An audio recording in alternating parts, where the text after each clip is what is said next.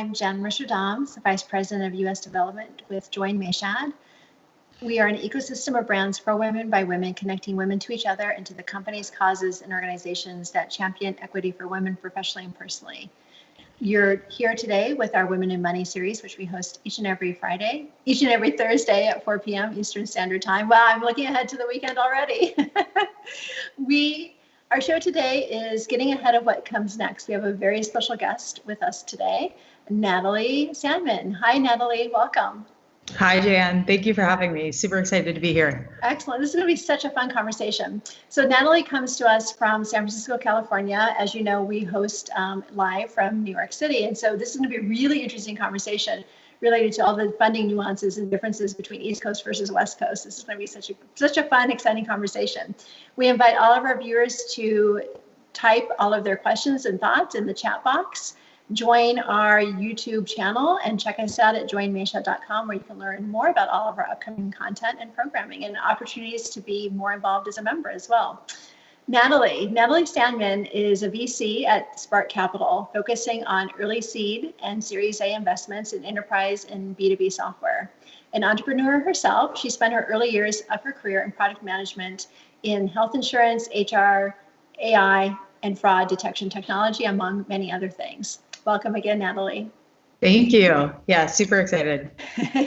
Natalie, you started your career in product, which I think is really interesting. And, for the work that you do now, helping entrepreneurs get funded, how did that background lend itself really nicely to the work that you're doing now? And what did you learn that has been really beneficial in your role now? Yeah, so that's a great question. So as you mentioned, I kicked off my career more on the product side. So predominantly working at early stage technology companies, both startups and in an agency model.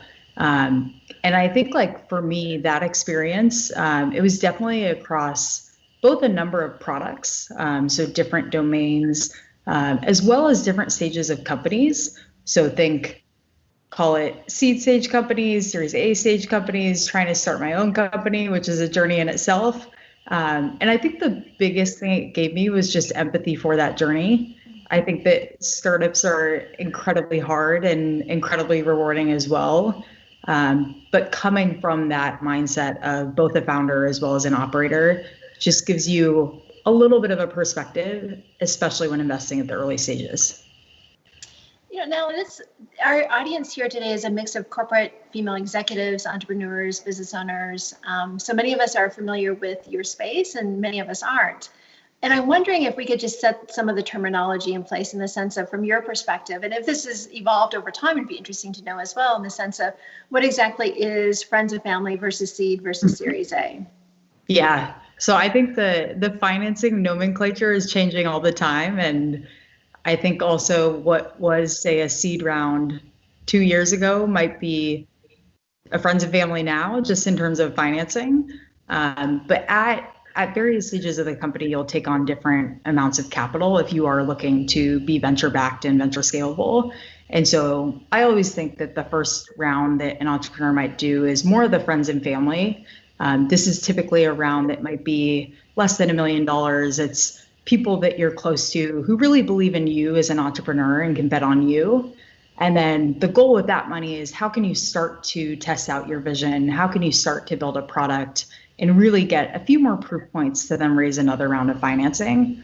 And the way that I like to think about financing is it almost gives you that lifeline for the next milestone and gives you a little bit more oxygen to breathe and prove out the business. And so typically it'll be friends and family. Then you might raise, call it a pre-seed or a seed round. That might be something that's, call it sub $4 million.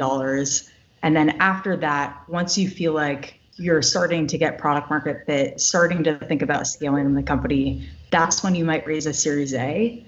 And so for me personally, I'm typically focused on pre-Series A investments. So that could be 2 founders with an idea that are looking to hit the ground running. That could be, hey, you have a product in market, you built out a small team and are looking for additional capital and a partner to think about scaling the business. But typically in that, call it seed to early Series A phase. I'm interested to know, as you know, we're in the middle of a pandemic, Yeah. amongst many other cultural and social and political changes that are impacting our country right now. What is the appetite currently for funding in your areas of interest? Do we know things like, health tech and ed tech and all things related to keeping us connected and communicative online, obviously are in great demand right now. But what's happening in your space right now? What are you seeing? Yeah, so that's a great question, and I will say that the last 3 months especially have been like a very unique time to be investing, just because I don't think anyone could predict the current world today, and I don't think anyone has necessarily, like, no one that I work with has been through a time like this time, and I think it's very unique. And so I think we're seeing a few things, and I categorize those both in terms of almost willingness to invest at a certain stage, and then willingness to invest in certain themes or categories. So I know for our firm, we definitely went through the phase where when COVID hit, we were all hands on deck helping our portfolio companies, making sure everyone has enough capital, making sure they're taking the situation seriously, just in terms of what a downturn might look like, what a recovery might look like. And then after that, it was starting to think about, like, how do we feel comfortable investing capital at this time, and really reassessing that on a frequent basis. And so what we're tending to do is actually say, hey, let's shift a little bit earlier. Let's bet on teams that might be at the phase where they're building out that initial product, or really like researching with customers. And what that does is it says, hey, this company isn't going to be judged on traction in the future. They're actually going to be judged on their ability to produce a product and start to bring a product to market. And we felt more comfortable with that risk than, say, a company that was a little bit further along and might be judged on their traction or their kind of product metrics in the near future. And given that there's so much uncertainty, we just felt like the execution risk was something we weren't as willing to take. I'd say the other thing we're thinking a lot about is, what are the current categories that are being accelerated, both in terms of kind of catalysts today and changes today. So categories like whether it's telehealth, whether it's remote work, a lot going on in e-commerce, as well as like new forms of social communication and social apps. We think now is the time for some of these trends to really stick and take off. That being said, I think we're always also thinking about, where are other investors not looking? So are there actually opportunities to be built right now in categories like travel, like the SMB space, all these kind of underlooked categories that might be taking a hit right now, but could be opportunities in the long term. So thinking about, again, both stage and categories. So fascinating. Has your perspective on what makes a company or a product sticky changed with time as well? Like, this crazy time aside, but just even leading up until the point of the pandemic, it's interesting that, I think that, angels and VCs and, even in friends and family realm, there's certain things you normally check off a list, in the sense of, it must have this, it must look like this, it must feel like this, it must, be this sort of like predictive whatever. But are you saying, in the sense of the work that you do, has that changed for you? I think it's shifted a little bit. I know for me, and maybe this is coming from a product background, but as an investor, I heavily index on kind of, who are you as a founder? What is the product that you're building? And what's the unique insight that you're building that off of? And so really heavily lean into founder and product. And that might be different than an investor who's like very, say, like business model focused or market focused. And so I think for me, like, what gets me really excited, especially about a product experience, is it delightful, but also, is it really like highly engaged with, in terms of like the usage metrics, the retention, the stickiness there. So for an example, one of the companies I've invested in, it's a virtual office for remote teams. It's called Tandem. In the early days when the team was building out the product, they would see people using the product daily, both for long, like 8-hour sessions, as well as frequent, shorter sessions throughout the day. And so really had this cohort of users that were using the product all the time. I still look for that type of product engagement, because I think that to me is more of a leading indicator of product market fit than, say, revenue. I think one thing that's shifted during this time is actually my appetite as an investor for, say, like top-down sales motions versus bottoms-up. And I'd say historically, I was looking at probably both. I'd say right now I'm gravitating more towards bottoms-up business models. And these are product-led growth companies where maybe you as a user can start using the product without talking to a salesperson. I think that's a really compelling business model during this time where people are having to rethink how they discover products. People are having to rethink how they sell in a remote environment. So really doubling down on bottoms-up companies. You know, I love the word that you said, delightful, and I think that really articulates so well and encapsulates so well about the kind of the charismatic leadership qualities that funders that grow unicorns, have. Let's talk about also the strength of the teams that they bring to the table as well, and is that as equally important in the sense of how funders become more attracted towards certain companies versus others? Yeah. So I think team and the founding leader and CEO is the most important thing at the early stage. And I think what comes from that is I think about like how well can this leader articulate the vision, and then how well can the team execute on it. But really like thinking about it's like, what does that get you? If you can articulate the vision and get people excited about it and really get them like pumped up and delighted about what you're building, you can get customers excited about that vision. You can get other employees that you're recruiting excited about that vision. You can get investors excited about that vision. And so I think there's no one archetype for CEO, and especially founding team, but I think that ability to get people excited about what you're doing is something that I always look for. I'm interested to know and learn more about some of the learning lessons you've had with maybe some of the investments that you and your firm have made that maybe haven't been as successful as what you had originally anticipated. What were some of your aha moments during your experiences with them? Yeah. I will say I'm 3 years into investing, so I'm still newer to this side of the table. When I think about lessons learned, I think it's easy for me to gravitate towards the opportunities where I may have actually missed an opportunity. So came across an incredible founder, a really unique vision, and I think it may have actually been sticking a little bit to conventional wisdom. So what people tell you about, hey, in this category, like this has been tried to be done before 5 times and it's never worked out. Here are all the reasons that it hasn't worked out. And I think it's my job as an investor to really think about the question of like, what could this become if things go right? And how big could this become if things go right? And so I think that's a place where I'm constantly trying to be self-aware and kind of reflect on my decisions in terms of, was I embracing that mentality?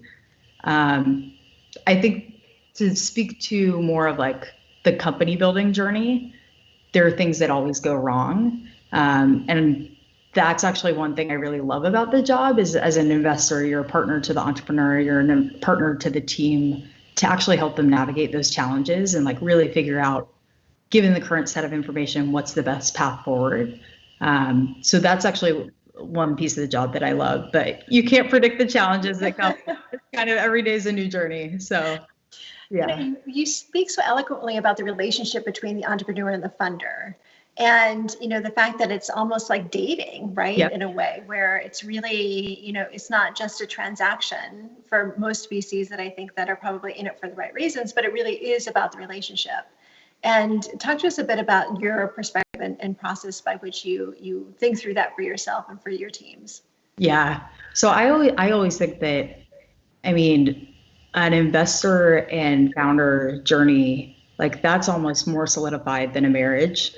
Because once you have someone on your cap table, they're likely not going to come off it for a while. So I always tell founders, like, think carefully about who's on your cap table and whether they embody your values, as well as, especially if it's a board member, they're going to be with you from a legal perspective for a long time.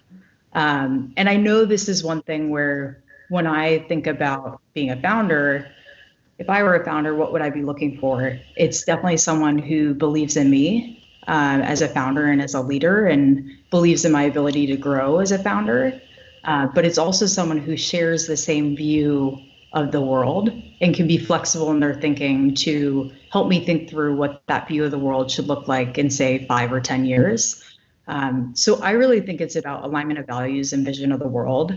And I think that's why I always encourage founders to be talking with investors casually, both to get information on the market, but also to build that relationship. And I guess one comment I'll make is this has definitely been a challenge to navigate during COVID. I made my first remote only investment about 4 weeks ago, and it was a different process when you can't share a meal with someone or break bread with someone and get to know them in person. And I think this will become the new normal, but really spending more time with people remotely, reference checking them properly, sharing your thinking in different ways, I think that becomes key in this type of environment. It was so much of what we do at Mayshad is also about relationship building, right, with the women in our network, but then also in curated connections sort of way, connecting them with other companies and founders and investors who are also, very much passionate about equity for women. And speaking about equity for women, we know that, and I'm going to quote a statistic that's probably not the most up to date, but I think it's less than 4% of all VCs across the United States are actually women themselves. What led you as an entrepreneur to become interested in venturing into the VC world? And what advice do you have for women in the sense of helping to actually, be a part of the solution that increases that percentage point? Yeah, so that's a great question. And I will say, I grew up in the Bay Area and was around more so friends' dads who were VCs. I didn't have a lot of female role models in the VC industry, but I did have one friend whose mom was in venture capital, and she was in venture capital back in the early 80s when there weren't a lot of women around the table. And so I think for me, it was helpful to have this woman, Nancy, as kind of a role model in the back of my head. I think flash forward to the last 5 years, and we've just seen many more women coming on to the scene in venture capital. And so I think for me, breaking into the industry was partly about like knowing that I could do this job, and I could be a good partner to entrepreneurs based off of the experience that I bring and just the work that I bring. But when I think about other women who are thinking about getting into VC, one thing I do think about is finding sponsorship and really championship. And I think that can come from both women and men. I have a woman in the industry who actually brought me into the firm today, and she's a huge champion of mine. But I think for that woman, I actually have 4 male sponsors that have been very key in helping me get to where I am, both with the last firm I was at, as well as within my current firm and other firms. And so I think finding those relationships and proactively building those relationships with people who might be more senior in the industry can really help. And then the other thing I'll say about just breaking into the industry, I actually think platforms like Twitter and online blogging are a great way to get access to different networks and different communities. And they're also a great way to do things like share your thinking about certain topics. And it is a place where a lot of VCs live. So I always encourage people, hey, if you're interested about getting into VC, participate in the dialogue that's on Twitter. Get to know people that way, and you'd be surprised at how much access you can get by just testing things out in that community. That's so fascinating. I'm wondering, also from your perspective, it's, I think that there's multiple sides of the table, right? There's the entrepreneurial perspective, and then also the funder perspective as well. And, I think during this period of time, there are so many women now that are just questioning what is their next move, right? As we know that there are 43, 44 million Americans that are unemployed as of right now. And similar to what we saw in 2007, 2008, where many women, either by choice or by force, were laid off from their positions and then reinvented themselves as entrepreneurs. But maybe didn't necessarily at the time think about significant growth in scale that would be attractive to funders. I think now might be a different moment in time, right? So for female executives that have launched into something new, may have that great idea, or may have had a side gig project that they really want to grow and scale now, what advice do you have to them in the sense of everything from growth and product development to testing the market to finding out exactly where that white space really is? Because I think sometimes as entrepreneurs, we have great, fabulous ideas, but maybe we're not really sure if the market really wants that fabulous idea or product, right? Yeah. So I think the one piece of advice that I would give people is lean on others and ask others for help and to be a thought partner. I think the greatest way to test an idea is obviously you want to test it with what might be prospective customers, but I think that's also testing it with different avenues in the industry. So whether it's maybe people at tangential companies or tangential buying patterns, different investors as well, who might actually give you more context on the market and really help shape what your kind of strategic perspective is on the market. So asking for that advice, but I think the kind of underlying part of that is by asking for help and advice, you're actually building a relationship and you're building out a network that can really help support you as you make that transition and as you make that jump. And you're building out kind of a suite of champions for you to take that jump, because it's a scary jump and it's a hard jump and it's a scary time in the world. And I guess a side thought that I think about is, like, one thing that I'm really excited about with COVID is I think it's forcing people with families to all be together at home. And I think there is potentially this notion for a little bit more shared responsibility of things like childcare. And so I'm excited to see kind of what the outcome is, say in like 5-10 years, just in terms of both people in a partnership potentially having more kind of equitable share of things like childcare, and how that might actually foster potentially more companies to be started by women, or new initiatives to be started by women as well. It's so interesting. I'm wondering, from the perspective of, how women actually perceive risk. Do you see that there are gender differences at play, maybe both on the entrepreneur side of the table, but then also from the funder side? Are there really truly gender differences in that? And what's been your experience in that space?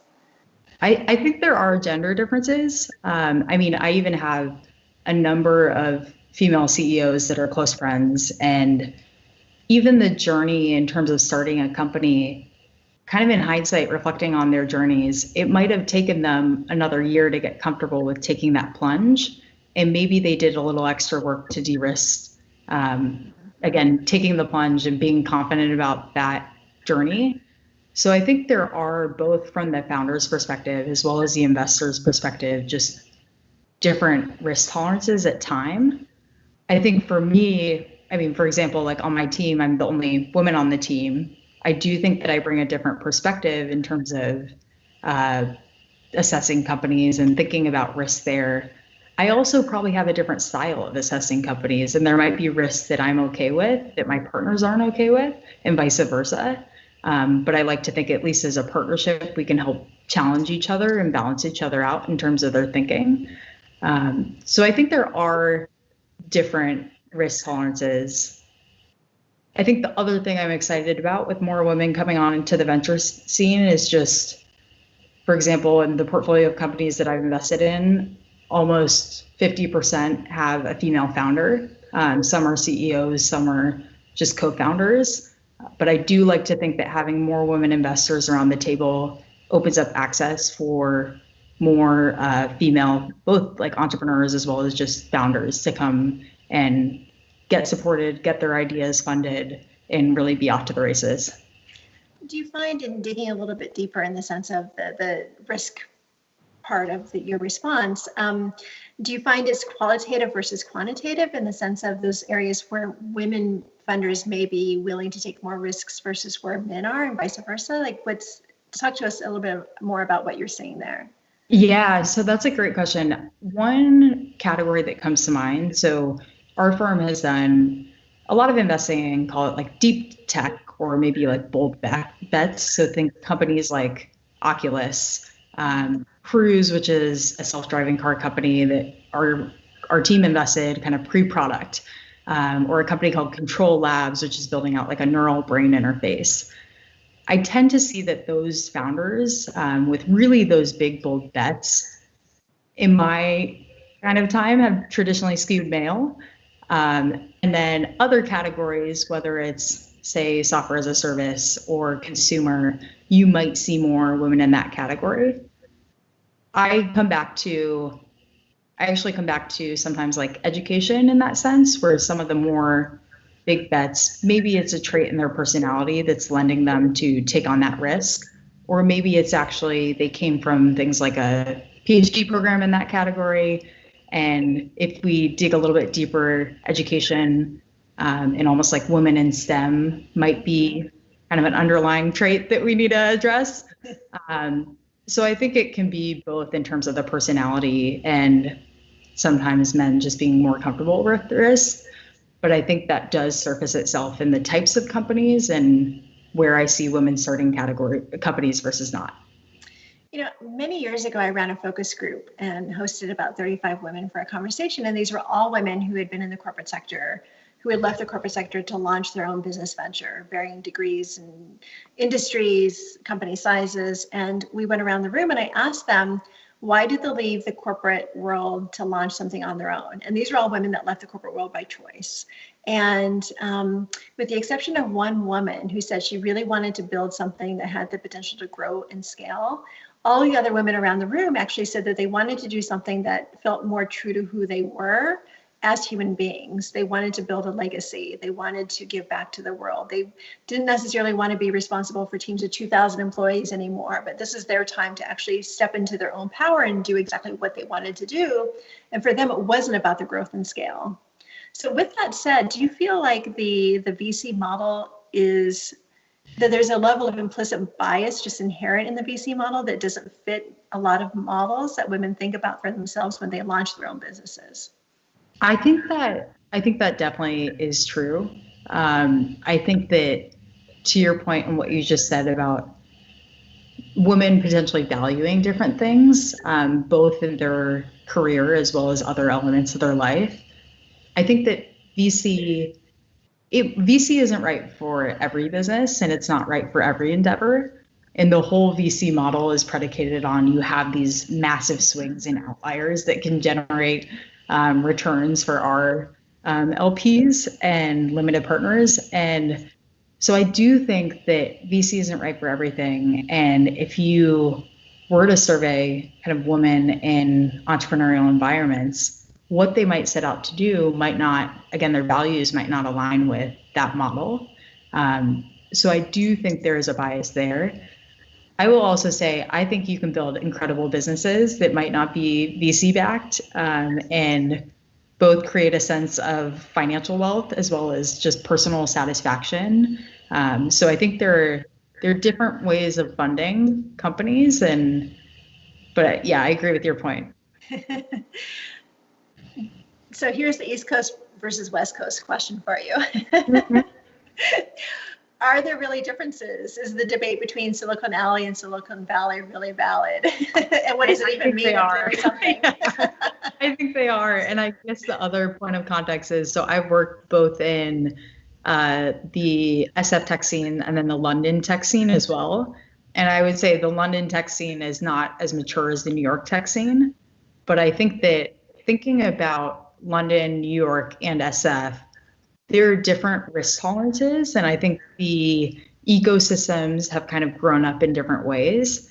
And what I see as kind of a common theme across New York and SF is that SF investors are willing to put large amounts of capital towards a vision and idea that might seem unrealistic, whereas New York investors, maybe not as much at the early stages, but probably sooner than a West Coast investor, will be more focused on both financial metrics as well as product and engagement metrics and more the unit economics of the business. And so I think those are different perspectives in terms of how to build a company, just because if you are more comfortable with a little bit more ambiguity, a little bit more risk, that might warrant a different outcome than if you're focused on kind of metrics and profitability from day one.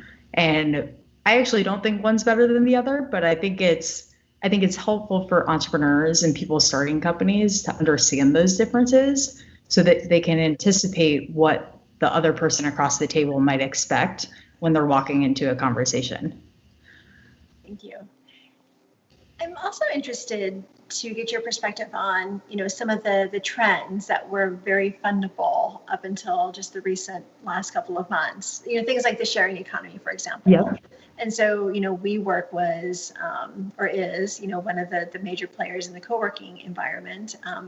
And then there are companies like The Wing that sprung up as a pro-women response to that. And we have Airbnb and Uber and all the others that follow. And so we're learning a lot about how a moment in time such as a pandemic can really impact the way that people consume and spend and invest. What are some of the learning lessons now that you may have taken from this period of time and just understanding, and Rent the Runway too, right? So everything that we're sharing with each other, we may not be sharing things like this again for quite some time. Does that impact the relationship between the entrepreneur and the funder? And will there be learning lessons from that going forward for all of us involved? Yeah. So it's a very pertinent topic. I think that specifically for the sharing economy and some of the examples that you mentioned, I almost think that the last 3 months, it was a test for the company and it was a shock to the system. And you see some companies that are thriving and kind of thriving in that steering the ship in a different way and executing on a different path. And you see some companies that might have had a little bit of weakness already aren't able to sustain the headwinds and the challenges. And so I think that does two things. I think it opens up opportunities for a new set of companies to be built in this new kind of COVID world where social norms might be different and the overall environment might be different. And then the other thing that it does is it actually helps strengthen the position for companies that can kind of take the reins of their destiny and really pull forward. And one example of what I mean by that is you see some companies in the space where maybe they took a hit because of the category, but they were far enough along and had enough cash in their war chest that basically all their competitors have fallen to the wayside, and they can do things like acquire companies strategically at like fairly low prices to gain market dominance. And so I think that, again, you have people falling into both the kind of strengthening their position or kind of dying out and opening up opportunity for new companies. One thing I'm really excited about, particularly with companies like WeWork, the category that they're playing in, as well as just other sharing economy companies, is again this notion of how can a new company come onto the scene to actually create a better solution for today's world. So I think about community is kind of in our blood, both in the examples of WeWork and The Wing. People are likely going to return to the office at some point.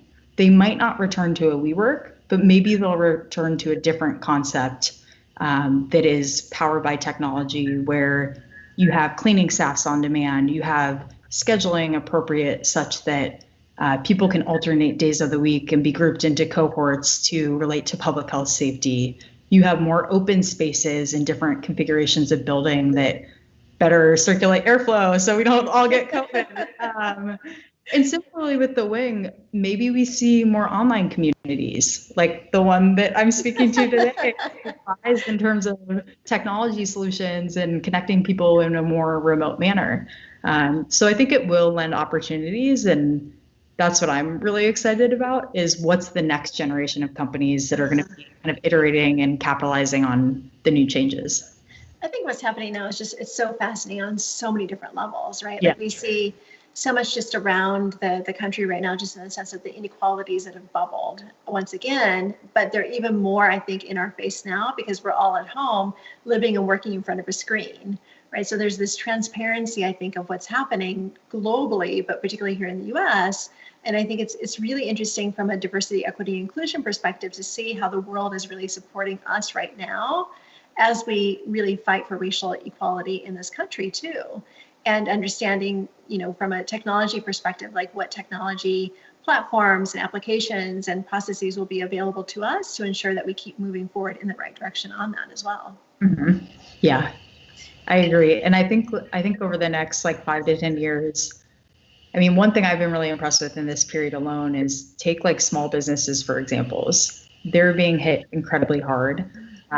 Seeing how people are adapting to kind of shift to new models, both in terms of their business and serving customers, but also adapting new technology.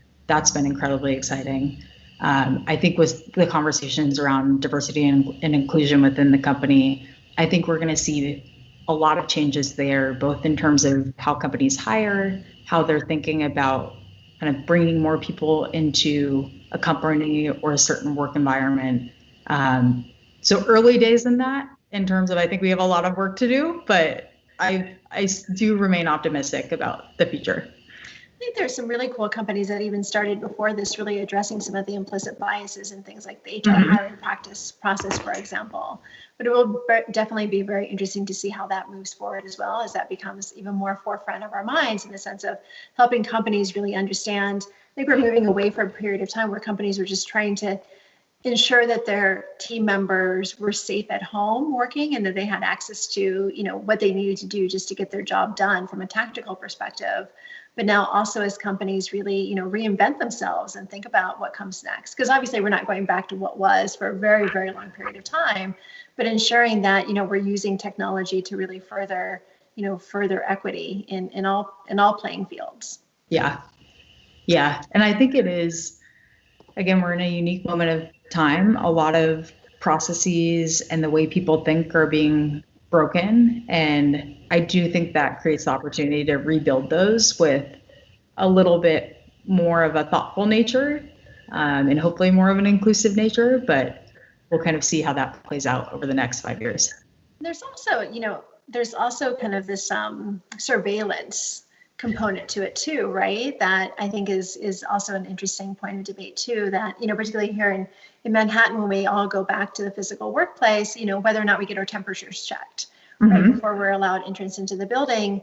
And in the same way that, companies that would, do weight loss challenges or fitness challenges, and employees wear Fitbit devices or whatever the tracking mechanism is, understanding who really owns that intellectual property, right? And then what does a company do with that data? I think there's a lot of opportunity here from a cybersecurity and just protection of your rights as an individual versus the rights that a company then has access to, right? That's going to be interesting to see how that plays out too. Yeah, and I think it's been interesting to even see how every nation is addressing the situation differently, and are they using technology? What are they using in terms of tracking their citizens, in terms of lab testing, in terms of any sort of methodology? And I know that in terms of tracking and data, my initial reaction is like, I don't want the big players like Apple and Google to have all my data. And then taking a step back, I'm like, oh, they actually have the broad reach to help the country kind of get our ducks in a row and have a process that might benefit the whole country. So a lot to be thought through there, but again, kind of tensions both in terms of data privacy and what's going on there. Fascinating. It's interesting. We're at Mayshad, we're a global company, and so we have employees located around the world, and just to hear the differences in perspectives, in the sense of what does it even mean to go outside, right, and go to the grocery store and walk your dog, versus the state by state tracking and different ways in which we're trying to stay safe and healthy here in the United States. It's really very fascinating to just understand the differences, and to understand those countries that really got the pandemic under control seemingly in a shorter period of time than other countries too. So it really begs into question then what is the future of cybersecurity and technology here in the States? And I think you're right, we're going to see some really interesting progress come from that. Yeah, definitely. So this is one of the funnest parts of our conversation for me, of our shows, is we this summer are engaging with mentees. And we put together a Mayshad Mentee program to help inspire the next generation of leaders from an entrepreneurship perspective. And so we host daily workshops where Neza Alawi, our founder and CEO, moderates conversations with them on everything from vision and mission and purpose to the nuts and bolts of launching a business. So we have a group of mentees who put together questions for our Women in Money series and our Diversity, Equity, and Inclusion series. So Natalie, I hope you're ready. There's just some really good questions. I'm excited. Yeah. All right. Number one, from your perspective, what's the importance of mentorship and sponsorship? And is it possible to simultaneously mentor up and mentor down within a company? Yeah. So I think mentorship and sponsorship is key. And I think it's something earlier in my career, I didn't necessarily weight as much. I think it is possible to kind of mentor up and down. I think that over the course of someone's career, those will naturally kind of shift weights in terms of how much you do one or the other. So for example, maybe you're younger in your career, and while you could mentor down, it's actually makes more sense to get a little bit more mentoring up. But I always think about it more as like a virtuous cycle. So it's like, how can you take the mentorship that you're getting and then in turn kind of pass that off to someone else? But again, I think it's key. I think it's key to help navigate the kind of crazy world of business. I think it's key to navigate just how you think about building your life and what you value. And I know, again, I've had mentors that are both men and women and equally helpful, but helpful in different ways. And so just encouraging people to reach out, build relationships, really find those mentors and sponsors. So important, I think, as well, just from the perspective of, the importance that we also now know that we should place on networking. And, to your point of not knowing that mentorship is so important early on in my career, in your career, I felt the same way, particularly from a networking perspective. And I, for a long time, didn't understand the value of networking in the same way that, not to be overgeneralizing or stereotypical here, but I think men perceive networking in a very different way than women do. And often what we find is that women choose to network when they're looking for a job, mm-hmm. or when they're looking for a next client or something that's a very transactional piece of want from that perspective, but then also understanding that networking really is about building relationships too. Talk to us a bit about your perspective of networking. Yeah. So I will say my perspective of networking has definitely changed now being in this job, because it's almost like your network is everything. And you're constantly interacting with different people, whether it's founders, other people in the ecosystem, other investors. I think the thing that I think about with networking is really encouraging everyone to think about almost like, I don't want to use the term like self-worth, but what perspective or insight you might be able to share with someone else to help them out. I never like to think about networking as transactional. I do like to think about it as, how can you develop a connection with someone and really try and help them out in a way. And I think that if you're younger in the relationship, someone might say, oh, well, I have nothing to add in terms of helping out this very senior person.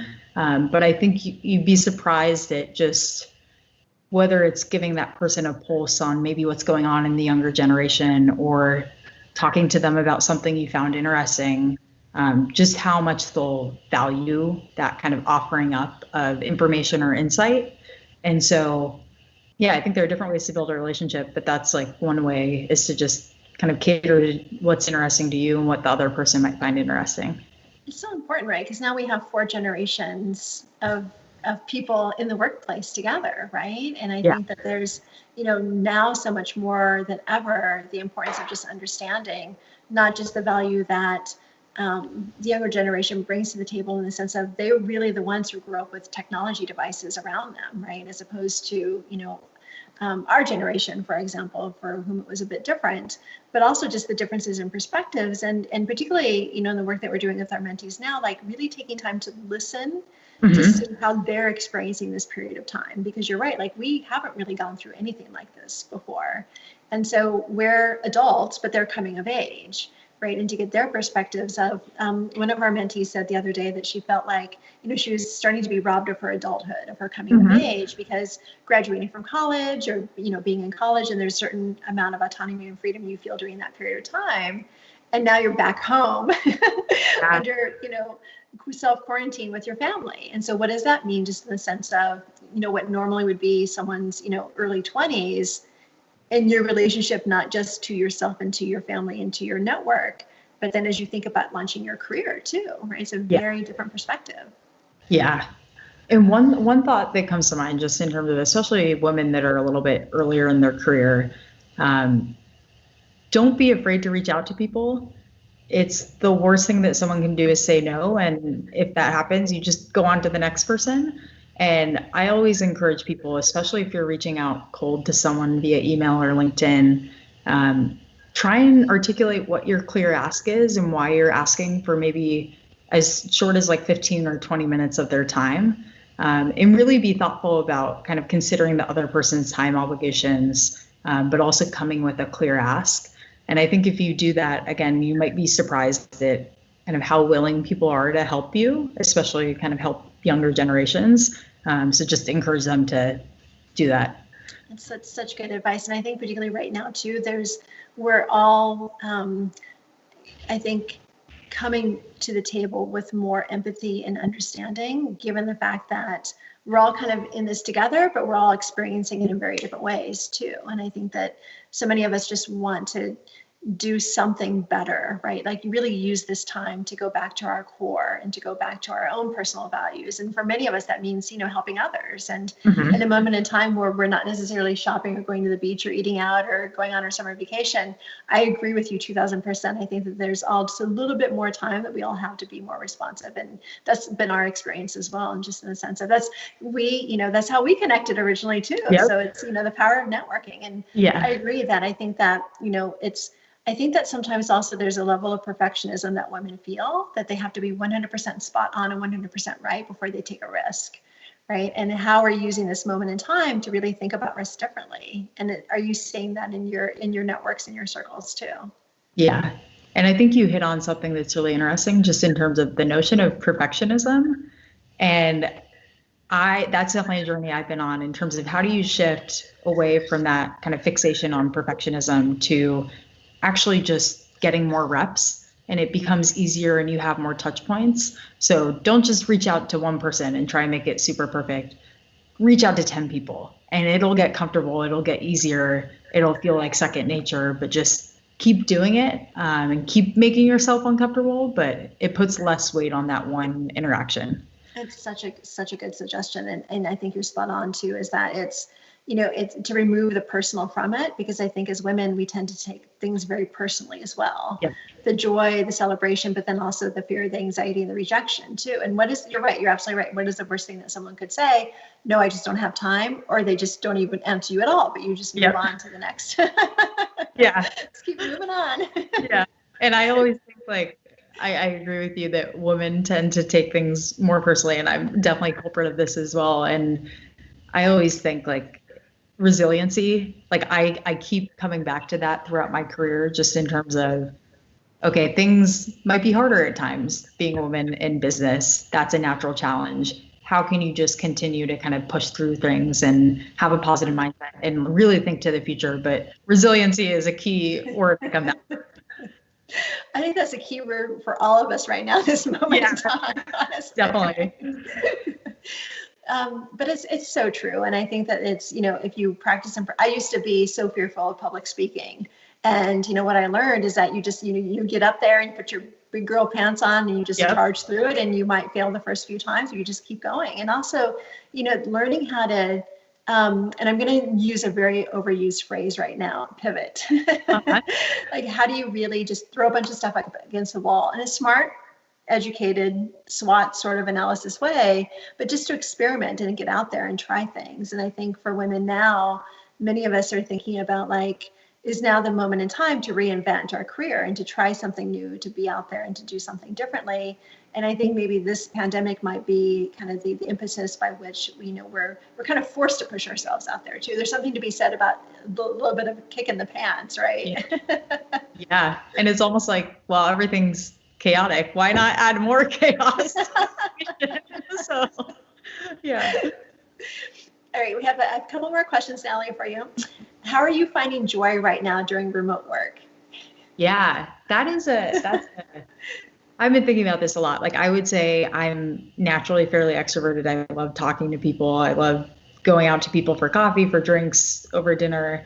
And it's been different, being in my home in San Francisco, being only able to see a limited amount of people in person. And so I think for me, it's been coming back to, especially in a remote work environment where home and your office kind of fuse together, how can I be a little bit more diligent about setting a schedule for myself and making sure that I kind of carve out a 2-hour block of time in the day when I'm not on my computer.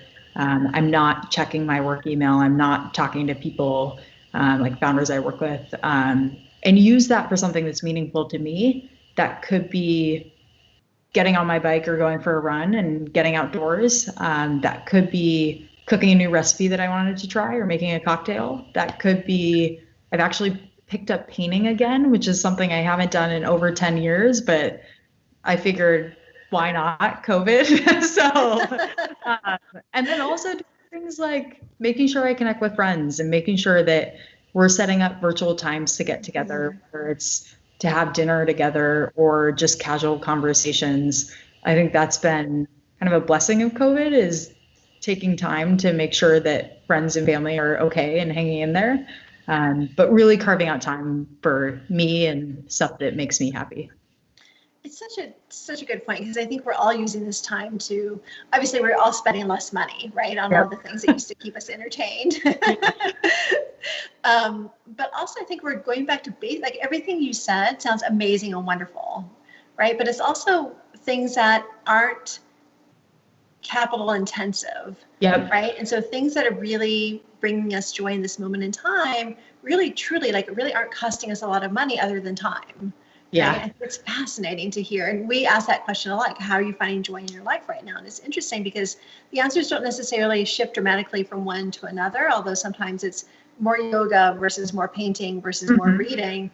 But it's really, much about bringing the simple pleasures back to oneself and having a different sense of, feeling grounded and united with yourself and spending more time and getting to know yourself. And I think for women, sometimes that's hard too, right? Because we're so careful to nurture and take care of everybody else, to make sure you're also using this time to really take care of yourself. Yeah. And I know for me, it's been, you said going back to basics, like it's been a period of actually, I feel like I've slowed down a little bit, but in a positive way. So kind of pre-COVID, I might be flying on a plane every week to visit a different company, kind of going from meeting to meeting. And I think the kind of pause that COVID gave everyone helps people reset that a little bit. And I really like going back to basics, that phrase.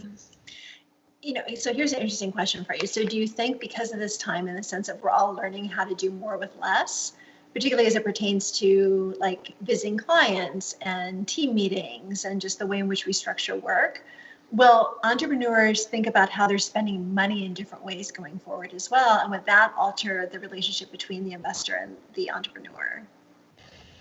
I think it will. In the next 2 years, at least, I don't see us going back to full normal in terms of the number of meetings in person that we had, the amount of travel that both CEOs and myself were doing to meet each other in person. I think this will be a fundamental shift. I think the question that I'm thinking about is, how can you do this in a digital world and a remote first world? And what does that look like in terms of building new relationships, establishing deep connections, ventures competitive? So actually like winning the right to invest in a company. And what does that look like? So I think it's making me question the kind of like how, but I don't think the current world will change much. I was reading just a report it polled Fortune 500 CEOs and asking them kind of, will you return back to the travel kind of pre-COVID in the next, call it 2 years? And I think it was something like over 50% said they wouldn't return to that level of travel. And so that to me was just an indicator where I'm like, wow, this is a fundamental shift that we're going through. We're all going to be exploring new ways to develop relationships. And that's only going to continue to happen over the next few years. So I have two more questions for you. One question is just around company valuation. And in the last couple of years, we saw some really insane valuations, right? Do you think that this is, in this moment of pause, is a learning lesson for the VC world in the sense of just the ways in which companies are valued? Yeah. So it's been an interesting time, and I guess I'll split these into early stage companies as well as growth stage companies. As I was talking about earlier, like some companies won't survive the current crisis, or they may survive, but maybe they're raising financing at a valuation that isn't favorable to them. And so I think there is this recalibration, especially at the growth stage, in terms of what a fair valuation for a company might look like.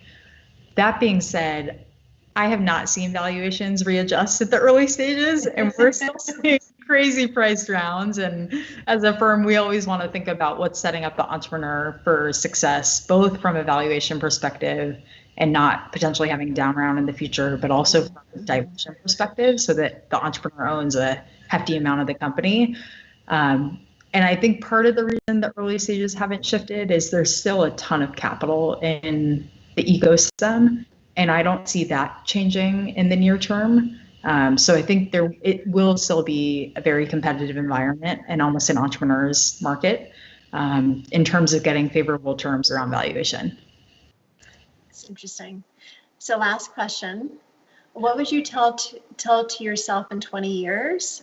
And on the flip side of that, what advice would you have for your 16-year-old self? So I think in terms of what would I tell myself in 20 years? And so this is about my future self, not necessarily my current self in 20 years. Right, right. I think I would tell my future self, stay young at heart. I think that's something I think about all the time, is I don't want to grow up too quickly, and I'm already getting there, but how can I stay young at heart? I always think about, like, how can I almost say 35 permanently for the rest of my life, both in terms of energy, both in terms of activity, both in terms of just what I'm doing in life. So I think I'd tell my future self, stay young at heart. I think I'd tell my 16-year-old self, have confidence, you're going to do great, and just believe in yourself. Because I think looking back on, I mean, to give you a visual, I was the girl who was awkwardly over 6 feet tall way too early, had glasses and braces at the same time. Like I was the ugly duckling, right? And so I feel like growing into the journey of just confidence, and especially being confident as a woman in the workplace, that's the advice I give my younger self. That's perfect. Thank you, Natalie, so much. And I've really thoroughly enjoyed this conversation. We'd love to invite you back for another discussion as well. Definitely. Thank you, everyone, for joining us. Again, I'm Jen Mercer-Doms, the Vice President of U.S. Development with Join Mayshad. Please make sure to check us out at joinmayshad.com, and we'll see you next week. Thanks, everyone. See you soon.